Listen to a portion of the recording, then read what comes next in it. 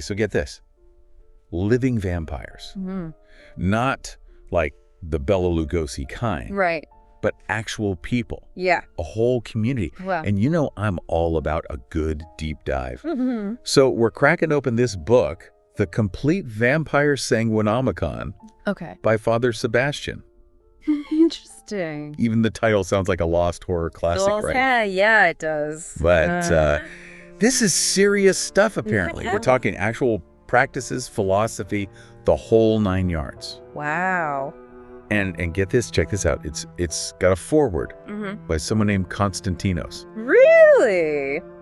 This has layers, people. That's why, you know, what really struck me right off the bat was the way this book is structured. It's divided into 3 distinct sections, right? Uber Florath, Uber Jahira, and Uber Calmae. Uber, okay. Which translate to the Vampyre Prospectus, coming forth by day, and coming forth by night. Coming forth by day, coming forth by night. It's like levels of initiation almost, wouldn't you say? Right. Yeah, like some kind of secret society. And that Uber thing too? Yeah, You know, it's very modern, isn't it? Yeah, like Father Sebastiaan is trying to bridge the gap between this ancient Gothic vampire image and like our modern world, using language that's a little more, well, now. It's very now. It is? And speaking of now, I think it's important, you know, for our listener, just to be super clear here. Yeah. When we say living vampires, we're not talking about supernatural creatures of the night, you know? No. This is about a community of individuals who identify as vampires. Yeah, right? Yeah, exactly. And practice certain, let's call them alternative lifestyles. Exactly. And Sebastiaan Sanguinomicon, it focuses on real people who, for whatever reason, they have this genuine need to consume small amounts of human blood. Okay. They call it sanguine feeding. Sanguine feeding. Yeah. And before you think we're, you know, diving into some horror movie trope here. Right. It's important to understand that within this community, they stress ethical sourcing above all else. Okay, so how does that work? Are we talking like blood drives, but with more capes? Well, not quite, although I love that visual. Yeah.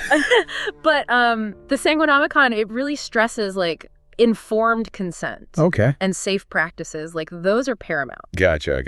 They've got guidelines for blood testing, hygiene, like the whole 9 yards. It's taken very seriously, you know? So it's not just a physical act of consuming blood. Right. It's about the intention, the respect involved. Absolutely. And speaking of intention, the Sanguinomicon takes a turn into even more fascinating territory. Oh.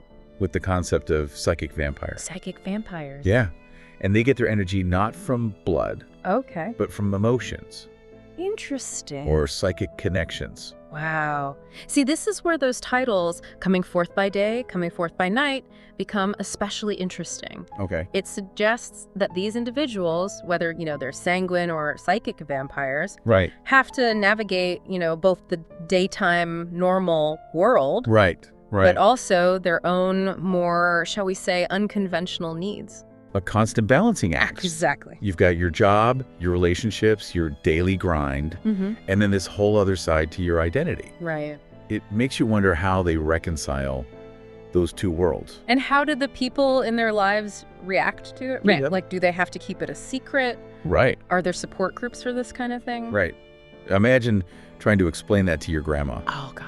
No, Nana, it's not a phase. It's a lifestyle. But on a more serious note, the book suggests that this isn't just, you know, some quirky lifestyle choice. It hints at a deeper philosophical layer to this whole living vampire thing. Interesting. It's like they're taking this ancient archetype, you know, this creature of darkness and desire, and infusing it with like a quest for something more. Honestly, it's kind of giving intellectual vampire, which I never thought I'd say out loud. Right. It's like a whole secret society of knowledge seekers. Right. But then that begs the question, if it's about Gnosis, about truth, why choose the vampire identity at all? Yeah. Why not just call themselves truth seekers or something, you know? That's the million-dollar question, isn't it? Right. Maybe the vampire archetype, for all its darkness, you know, it also embodies a certain kind of power. Okay. A power that maybe resonates with them, helps them own their differences, you know? I like that. It's about owning your power. Yeah. Even if it's unconventional, even if it makes other people uncomfortable, it's about saying, this is who I am, And I'm not afraid of it. Exactly. And that ties into something else that really struck me about the Sanguinomicon, particularly in Uber Jahira. Okay. There's this whole discussion about the challenges of like navigating a world that isn't quite set up for their unique needs. Yeah. They call it the Daywalker dilemma. The Daywalker dilemma. Well, I'm already hooked. Right. Tell me more. Okay, so imagine this. You're a living vampire, right? Okay. You have a 9-to-5 job. Maybe you're a barista, a teacher, who knows? Right. But you also have this need for, let's just say, alternative energy sources. Right. How do you balance those two worlds? Can you imagine, listener, like balancing your 9-to-5 job with the need to, well, obtain energy in, shall we say, unconventional ways? Yeah. Talk about a bad case of the Mondays. Right. And then there are the social implications too, like dating, for instance. Oh, God. What do you tell your date? Hey, by the way, I identify as a vampire. Right. Or family gatherings. No, Aunt Carol, this isn't grape juice. Okay, now I'm picturing Thanksgiving dinner with the in-laws and, oh, boy.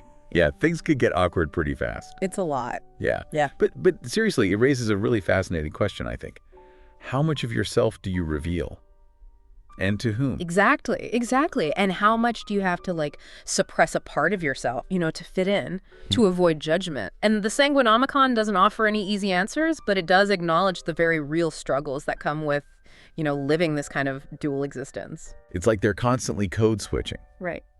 But instead of between languages, it's between entire identities. Yes. The mundane world. Right. And the vampire world. And finding ways to like bridge that gap, Yeah. to build bridges instead of walls. And, when you think about it, we all have different ways of like recharging our batteries, so to speak. Right. Some people need solitude. Yeah. Others crave social interaction. Maybe psychic vampires are just on the more extreme end of that spectrum. It's like, that friend who always leaves you feeling drained after a conversation? Yes. Oh my God. Versus that other friend who just like energizes you. Yeah. Like they're tapping into different kinds of energy, right? Right.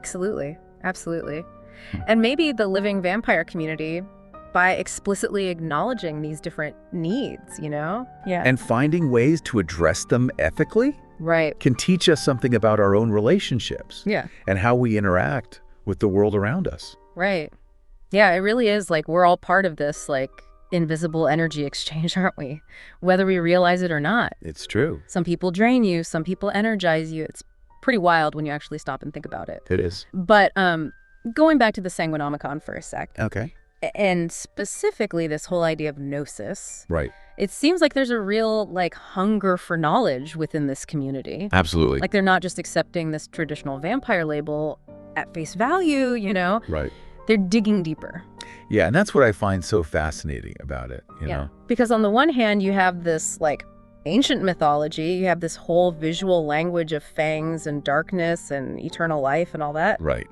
It's very dramatic. It is. But then you have these real people, right? Living, breathing individuals who are trying to reconcile those images with their own lived experience, Right. trying to find meaning and truth within a framework that's often associated with, the opposite of truth. Like they're reclaiming the narrative. Yes. Rewriting the script. Exactly. And this Dimitri character with his quest for Gnosis, he's like the embodiment of that. He really is. But it's also kind of a paradox, isn't it? What's that? I mean, if you're trying to break free from stereotypes, why choose an identity that's already so like heavily laden with symbolism? That is the million-dollar question, isn't it? And I don't pretend to have a definitive answer or anything. Of course. But maybe, just maybe, it's because the vampire archetype is so powerful, right? Okay. So deeply ingrained in our collective imagination that it becomes like a potent vehicle for transformation. I like where you're going with this. It's like they're taking something that's traditionally seen as dark and dangerous and saying, we're going to redefine what this means. Yes. We're going to infuse it with our own values. Yeah. Our own search for knowledge and authenticity. Exactly. It's like taking back control of the narrative, Yeah. And in a way, isn't that something we all strive for, really? Totally. To define ourselves on our own terms. Right. Rather than letting society dictate who we should be. Absolutely. And maybe, just maybe, this deep dive into the world of living vampires, as unexpected as it was, can teach us a thing or two about embracing our own complexities, about challenging assumptions, about finding our own unique path, to truth and self-discovery. Well said. Well said. And on that note, I think we'll leave our listener with this final provocative thought. Yeah. If you could rewrite the rules of any archetype, any myth, any stereotype, what would it be? And how would you infuse it with your own personal quest for truth and meaning? Something to ponder. Indeed. This has been quite a deep dive, listeners, into a world I never expected, frankly. But until next time, keep those brains buzzing and those perspectives shifting.